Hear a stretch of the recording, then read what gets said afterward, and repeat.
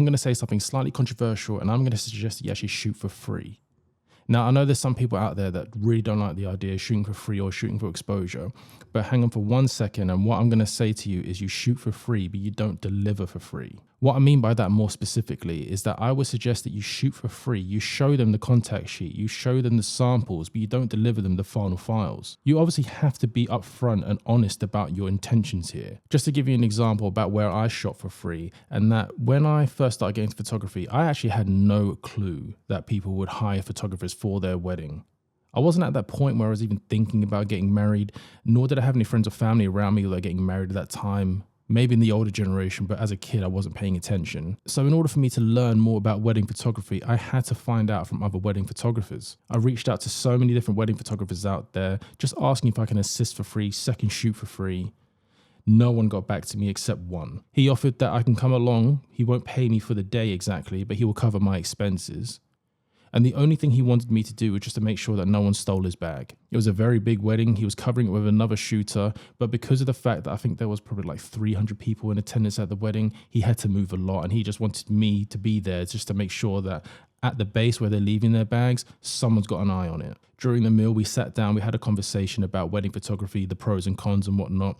And I learned a lot that day. So although I didn't get paid officially for my time, I learned a lot that day, and I walked away with, say, a different perspective on how to approach wedding photography. But still, at this point, I've not managed a wedding by myself. I've not shot a wedding really. I was in attendance of one. I captured some images and I kept them for my portfolio, but I've never been responsible for managing someone's wedding. Now, as you can probably imagine, someone's wedding is going to be like one of the most important days of their lives. So the last thing I ever wanted to do was mess that up.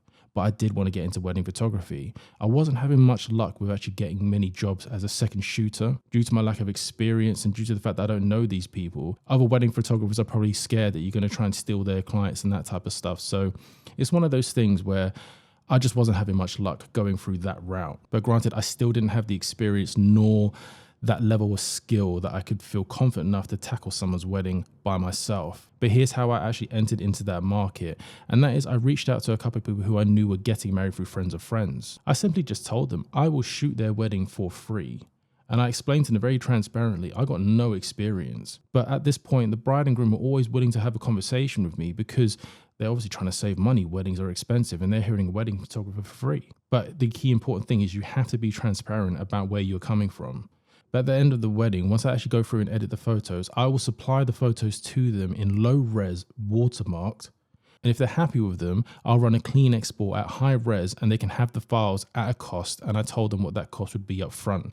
In the grand scheme of things, it was still low, but ultimately it's my first job and that's how I landed my first paying gig. I did this a couple of times and over time I'm building my own portfolio for wedding photography. Another little tactic that I was doing as well is I was offering free engagement shoots. I would literally just offer it to them and say like a half-hour free engagement shoot. We sit down, we have a coffee, we get to know each other. We'd go off, we'd take a couple photos and I'd send them the photos. In my head, the worst that can happen is I'm achieving more portfolio work. But ultimately what ended up happening was that these couples would be happy with the photos and they'd share it on their social media.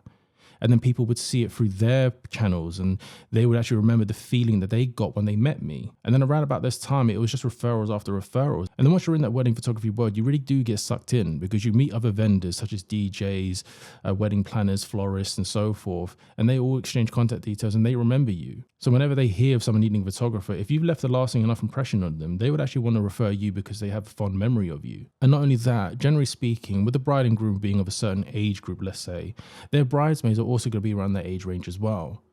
Most likely, you might even come across a few weddings a year where one of the bridesmaids is getting married in a year's time. And if she likes the photos from her friend's wedding and remembers having good experiences with you, she's more likely to book you. So throughout all these different angles of referrals coming at me, wedding photography was really blowing up. However, I would admit today in 2025, it's much more competitive out there. Camera equipment and knowledge is just way more accessible than it was back when I started. But I really do feel the principles are the same. The reality is it's really hard to sell the value of photography, videography, because a lot of the people, they don't really have an imagination where they can actually envision where the value is for the work that you do. So sometimes you have to show them. And if you don't have a portfolio to back that up, the only way that you can develop a portfolio is by shooting for free. But I am not suggesting that you just give everything away. By no means.